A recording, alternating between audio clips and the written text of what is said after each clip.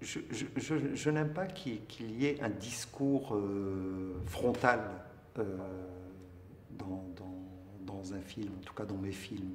J'aime que les choses soient dites en sous-texte. Et je crois que la meilleure façon euh, de parler d'amour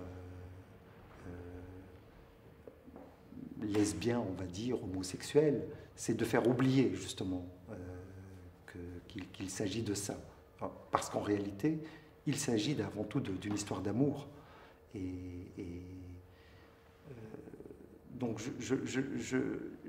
j'espérais justement qu'on oublie que ce soit deux femmes dans le film et qu'on puisse s'identifier à l'une à l'autre en étant homme, en étant femme, et que leur aspiration sexuelle finalement n'est pas d'importance par rapport à l'amour en soi.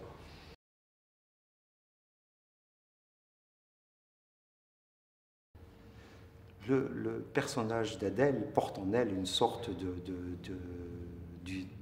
d'idéal féminin, une femme courageuse, bienveillante, qui est dans le don de soi et surtout libre, réellement libre. Elle ne simule pas la liberté, elle est vraiment libre, peut-être même en comparaison du personnage d'Emma qui théorise sur la liberté. Le personnage d'Adèle est réellement libre.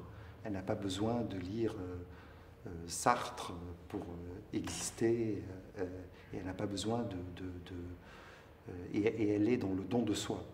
Donc c'est un personnage qui est pour moi un personnage idéal et une héroïne.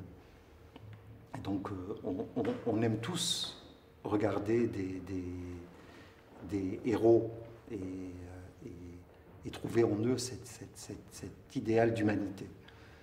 Donc c'est peut-être oui, cette humanité qui interpelle